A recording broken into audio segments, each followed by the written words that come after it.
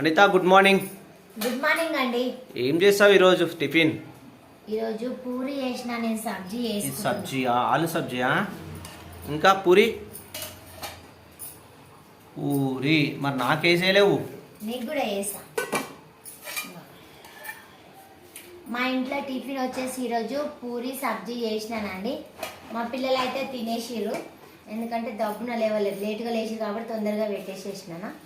ఇక మా ఆయనకి నాకు నేనైతే తింటున్నా. తిను, ఎలా ఉందో నువ్వే చెప్పు ఫస్ట్. నేనే చేసిన కాబట్టి మీరు చెప్పాలి టేస్ట్ తిన్నాక. నేనైతే తింటున్నానండి. సూపరా? పూరికి సబ్జీ కాంబినేషన్ చాలా బాగుంటుంది.